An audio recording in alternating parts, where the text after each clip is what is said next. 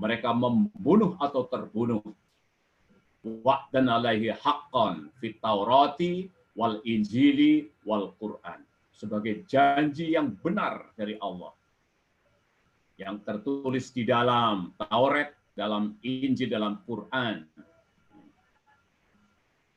Waman aufa bi'ahdihi minallah. Siapakah yang lebih menepati janjinya daripada Allah?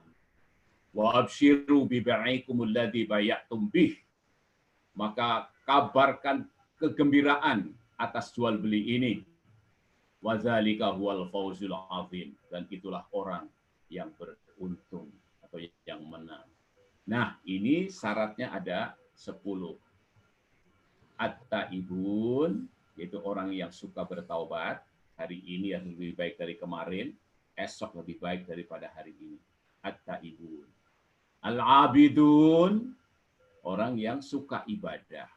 Sholatnya ibadah, kerjanya ibadah, abidun. Walhamidun, orang yang suka memuji Allah. Ketika panen, alhamdulillah. Ketika sehat, alhamdulillah. Ketika melihat keindahan, subhanallah. Ketika akan memulai kerja, bismillah. Alhamidun.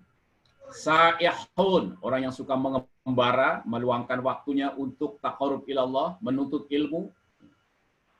Ar-raki'un, yang suka ruku. As-sajidun, orang yang suka sujud. As-sajidun. Al-amiruna bil ma'ruf wa nahuna 'anil munkar. Orang yang suka amar ma'ruf nahi munkar. Di pasar amar ma'ruf nahi munkar, tidak ngurangin timbangan. Kalau ada orang mengurangi timbangan, diingatkan, membuat peraturan, dan sebagainya, dan sebagainya. Amiruna bil ma'ruf wa nahuna 'anil munkar wal hafiduna li hududillah, menjaga hukum-hukum Allah. Hukum-hukum Allah itu hukum-hukum keadilan. Tidak boleh kita berlaku tidak adil. Wa basyiril mu'minin, berilah kabar gembira pada orang-orang yang beriman. Jadi inilah Bapak Ibu sekalian, orang yang memiliki derajat tertinggi yang berjual beli dengan Allah. Makanya sekarang kita bisa introspeksi. Kalau kita hanya mencari harta untuk kekayaan diri, kalau kita sehat hanya untuk diri sendiri, siapa yang bangun masjid? Siapa yang membuat madrasah? Siapa yang memberi beasiswa kepada anak yatim dan orang miskin? Siapa yang membuat madrasah? Siapa yang membuat taman kanak-kanak Islam? Mari kita bertanya pada diri kita sendiri. Di mana posisi kita di tengah-tengah masyarakat? Apakah kita baru mencari rezeki untuk makan? Agar kita sehat titik? Atau memang kita punya visi? Saya tidak mau ketinggalan, ya Allah. Saya mau wakaf. Saya mau punya amal jariah. Saya mau infak. Saya mau berkorban. Saya mau jadi warasatul anbiya. Saya ingin punya peninggalan-peninggalan ketika aku sudah mati. Begitu Bapak Ibu sekalian, bekerja untuk ibadah. Jangan sampai kita hanya orang-orang yang egois dan individualis. Ternyata orang yang paling tinggi derajatnya adalah syuhada, orang yang mati syahid. Bahkan ketika amar ma'ruf nahi munkar harus kita lakukan dengan peperangan, maka kita yang terdepan dengan membela kebenaran dan memberantas kebatilan di muka bumi. Inilah pahlawan-pahlawan Allah. Inilah pasukan-pasukan Allah yang membenci kemungkaran dan mencintai kebenaran dan keadilan di muka bumi. Semoga Bapak Ibu sekalian dimasukkan oleh Allah Subhanahu wa taala ke dalam golongan orang-orang syuhada yang disebutkan oleh Allah di dalam surat An-Nisa ayat ke-69 dan juga At-Taubah ayat 111 dan 112. Amin amin ya rabbal alamin. Barakallahu li wa lakum fil Qur'anil azim wa nafa'ni wa iyyakum bima fihi minal ayati wa dzikral hakim. Taqabbal minni wa minkum tilawatahu innahu huwas samiul alim. Assalamualaikum warahmatullahi wabarakatuh. Waalaikumsalam warahmatullahi wabarakatuh. Alhamdulillahirabbil alamin. Jazakallahu khair.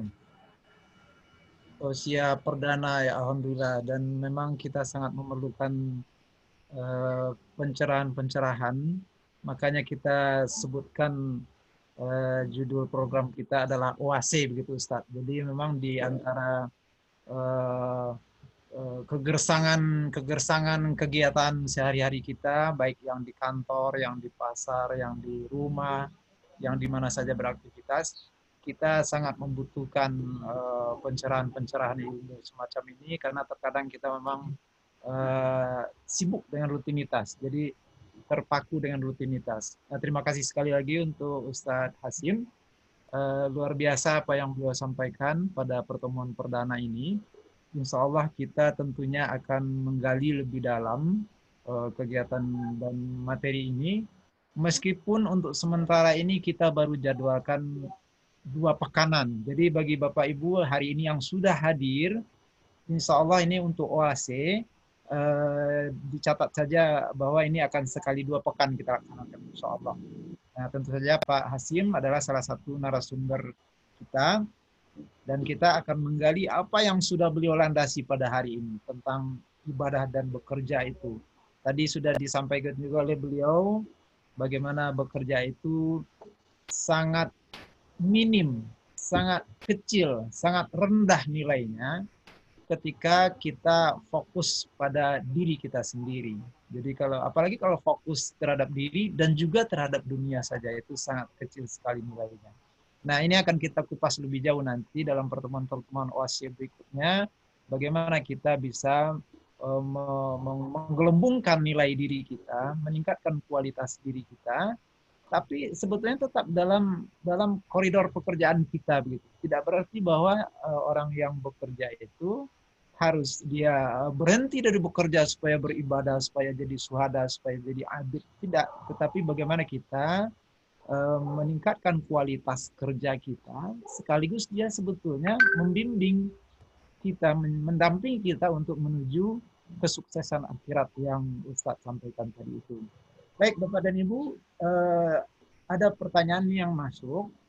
Mungkin satu karena memang kita hanya 30 menit waktunya, tidak masalah karena memang apa namanya pencerahan tidak terlalu lama, tapi mungkin ada satu pertanyaan yang barangkali Pak Ustadz masih ada waktu sebentar untuk merespon ini.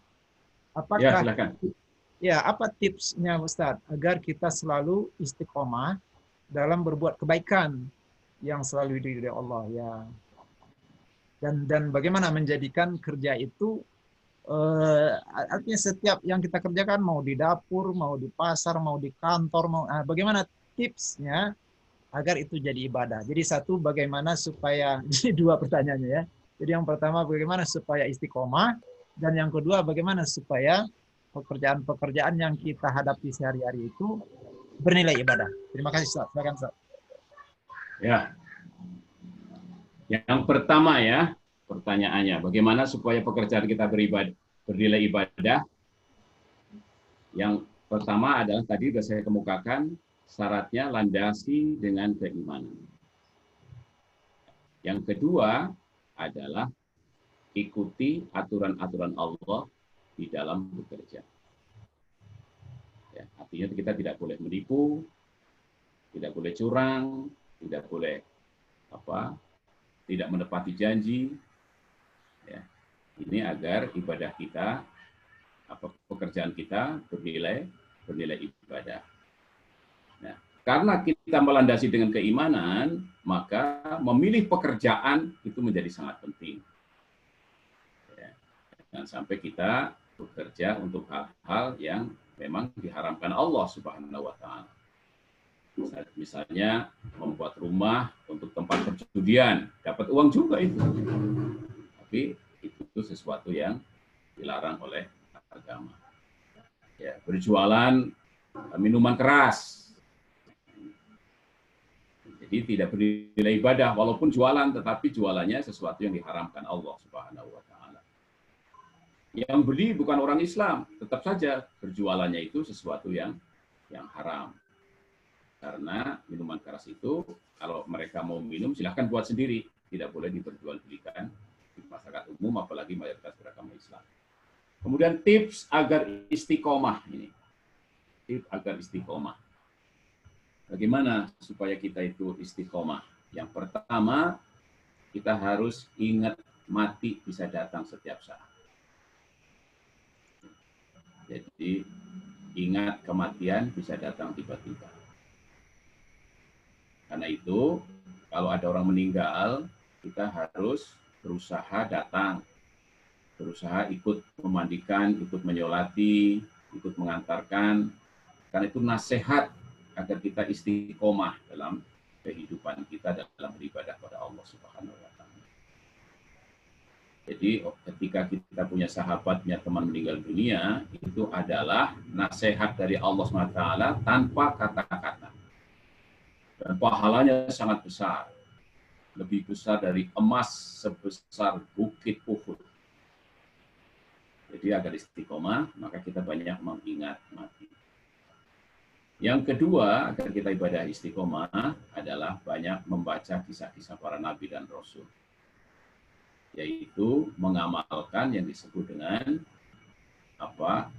Wa idza faragta fansab wa ila rabbika farghab. Bila setelah selesai satu pekerjaan, maka kerjakan pekerjaan berikutnya. Jangan pernah puas dengan capaian-capaian yang sekarang sudah ada. Karena Ramadan sudah selesai, pahala kita sudah sangat banyak, maka di bulan Syawal nggak ke masjid lagi, nggak sholat lagi. Kecuali sekarang ini karena ada corona. Jadi jangan pernah puas. Karena sudah haji, sudah umroh, waduh santai-santai sekarang. Main golf terus. Ada adzan zuhur nggak sholat. Naudzubillah min dzalik kalau begitu. Jadi istiqomah itu adalah syaratnya adalah senantiasa mengingat mati. Yang kedua banyak membaca kisah-kisah para nabi dan rasul. Kemudian ingat nasihat Allah. Setelah selesai satu pekerjaan, kerjakan berikutnya. Dan yang terakhir adalah bahwa nanti nilai kita di akhirat tergantung timbangan amal solehnya.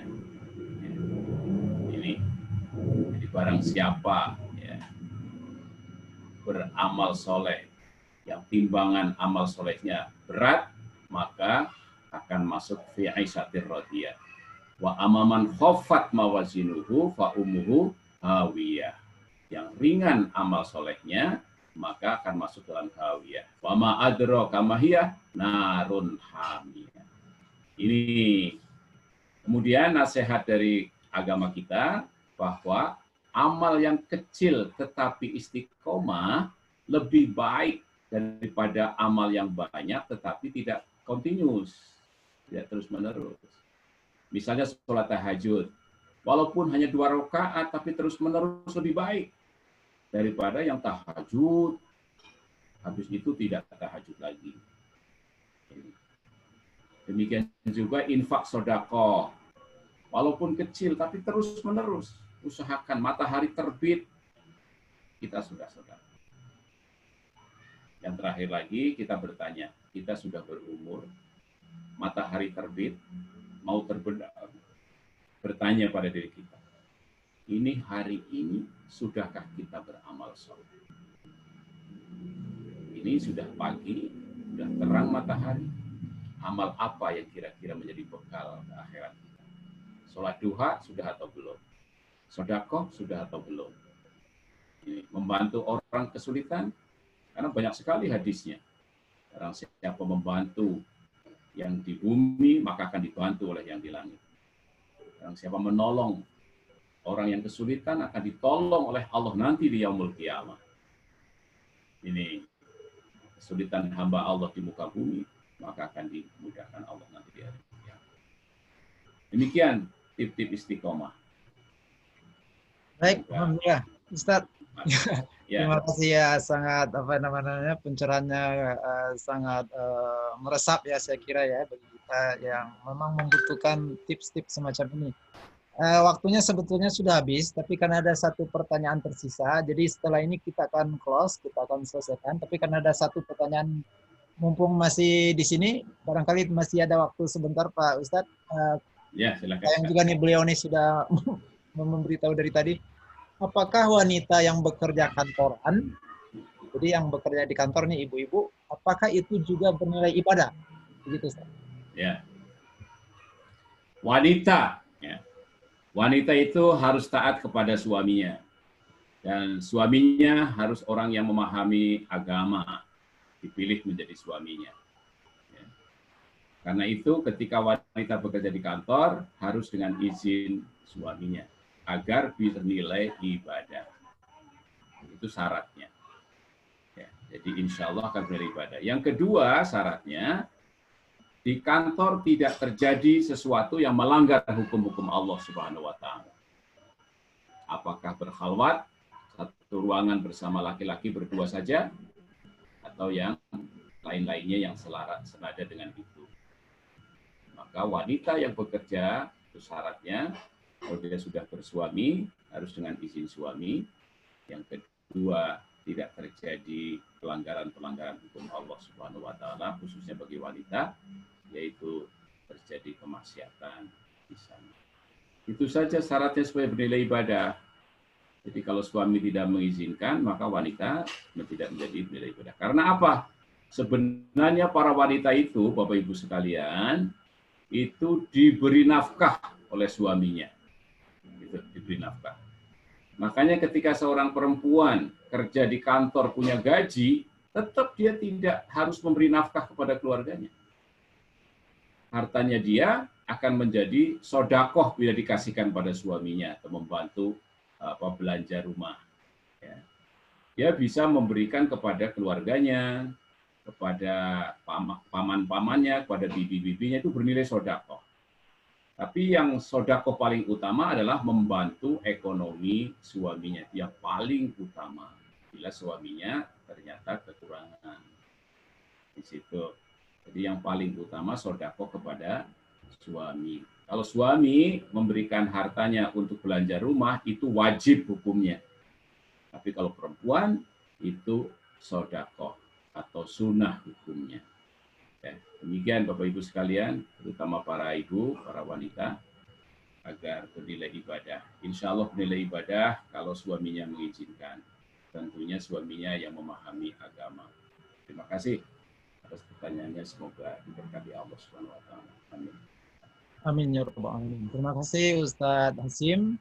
Terima kasih atas penjelasan, atas tausiah yang hari ini membingkai ya, tausiah-tausiah insya Allah OAC yang akan kita lanjutkan pada setiap 2 pekan. Dan sekali lagi informasi untuk Bapak dan Ibu yang berbahagia, yang mempunyai waktu, kita setiap hari Jumat ya, jadi untuk berikutnya sebetulnya kan tanggal 31 ya, hari Jumat berikutnya ya, dan kemungkinan besar itu akan bertepatan dengan Idul Adha. Jadi oleh karena itu OAC yang kedua insya Allah nanti akan kita lakukan pada tanggal 7 Agustus. Jadi hari Jumat pertama di bulan Agustus. Jadi terpaksa mundur satu pekan ya. Oleh karena itu ya baik, kita sekali lagi menerima pencerahan yang sangat bermanfaat pagi ini dari Ustadz Hasim. Mudah-mudahan beliau dan keluarga diberi kesehatan oleh Allah Subhanahu wa Ta'ala, dan mudah-mudahan beliau ditambah keberkahan ilmu beliau dan supaya bisa tetap berbagi dengan kita bersama. Baik, berikutnya Pak Amir, apakah ada yang mau disampaikan sebelum kita close? Oh, saya yang ini host mungkin menutup tempatnya Pak Amir nih. Jadi oleh karena itu Amir kan iya ya, kita sebentar lagi tutup saja acara kita ini. Saya ucapkan terima kasih sebesar-besarnya kepada Ustadz Hasim, kemudian kepada Bapak dan Ibu yang sudah hadir, dan Ibu Arum, serta teman-teman dari DPM PPA tadi yang menyampaikan pertanyaan juga tentang ibu-ibu bekerja ya. Nah, pada prinsipnya, satu hal yang sangat penting sekali yang disampaikan oleh Ustadz Hasim hari ini adalah bahwa kerja itu adalah ibadah sepanjang kita landasi itu dengan nilai keimanan, nilai kepatuhan kepada Allah, dan menjalankannya tentu dengan koridor yang ada, yang sudah dimaktubkannya dalam Al-Quran maupun As-Sunnah. Nah inilah yang akan kita perdalam dalam pertemuan-pertemuan berikutnya. Apa itu yang digariskan oleh Al-Quran dalam bekerja ini, apa yang dipandu oleh Sunnah dalam bekerja ini, mudah-mudahan itu akan kita bahas dalam pertemuan-pertemuan selanjutnya. Dengan tidak berpanjang kata, karena Bapak dan Ibu juga akan punya aktivitas setelah ini, kita insya Allah bertemu kembali pada tanggal 7 Agustus 2020 hari Jumat berikutnya nanti. Dan mohon Bapak-Bapak dan Ibu mencatat waktunya ya. Jadi mudah-mudahan kita dapat bertemu di 3 pekan mendatang. Ini Pak Amir, apakah sudah bisa suaranya? Oh, silakan Halo, Pak. Pak, ya. Saya di mode. Harusnya bertugas IT, jangan kemana-mana dulu lah. Ya. IT-nya ada di tempat. Silakan Ya, Pak. kepada Pak Ustadz. Ya, terima kasih Pak Ustadz. Halo Pak Yan. Ya, kepada Pak Ustadz. Pak Ustadz kita, Pak Dr. Hewan Hasyim Danuri, kami dari P2SDM, Pusat Pengembangan Sumber Daya Manusia IBB University, sangat mengucapkan terima kasih kepada kesediaan untuk sharing informasi dakwah kita. Kami akan memberikan penghargaan, sementara piagam penghargaan, Pak, mohon diterima niat baik kami. Silakan Pak Ustadz. Ya, terima kasih ya Pak Amir atas piagam penghargaannya. Ya. Semoga nanti dapat piagam penghargaan juga dari Allah Taala untuk kita semuanya. Amin. Amin, amin, amin Pak Ustadz. Saya kembalikan kepada Pak Yan. Silakan Pak Yan. Baik, terima kasih, dan piagam ini insya Allah nanti yang bentuk fisiknya akan kita antarkan ke rumah Ustadz Hasyim insya Allah nanti. Sekali lagi terima kasih. Kita tutup kajian kita pada yang perdana ini dengan membaca doa kafaratul majlis. Subhanakallah wa bihamdik, asyhadu an la ilaha illa anta, astaghfiruka wa atubu ilaik. Assalamualaikum warahmatullahi wabarakatuh. Foto bersama Pak, foto bersama sama Ustadz, sama partisipan. Ya, mana IT nih? Silakan tim host nih, kita foto bersama dulu. Ya, halo Pak. Ya, foto bersama Pak juga, foto bersama. Ya, Pak. Ya. Oh ya, oke, ya, baik. IT jangan ditinggal, ruang IT. Oke. Siap-siap videonya dibuka semua. Ya, kalau bisa videonya dibuka Bapak dan Ibu, kalau bisa videonya dibuka, kita foto bersama sebentar. Oh iya, terima kasih Pak Karyo, terima kasih. Ada satu slide ya. Oke, silakan Mas Jubar. Ibu Dwi Rahmawati belum, sama Ibu Arum. Kalau bisa dibuka videonya. Ya, tolong dibuka videonya. Ya, baik. Mungkin sedang tidak bagus koneknya. Silakan lanjut saja, Pak Jubar. Ya, lanjut ya. Ya, 1, 2.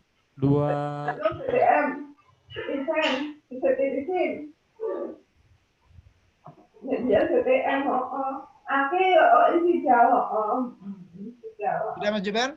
Udah Pak. Oke, baik. Nah, baik, terima kasih Bapak Ibu. Kita lanjut acara lainnya. Silakan kembali ke aktivitas masing-masing. Billahi taufiq wal hidayah. Assalamualaikum warahmatullahi wabarakatuh. Waalaikumsalam warahmatullahi wabarakatuh.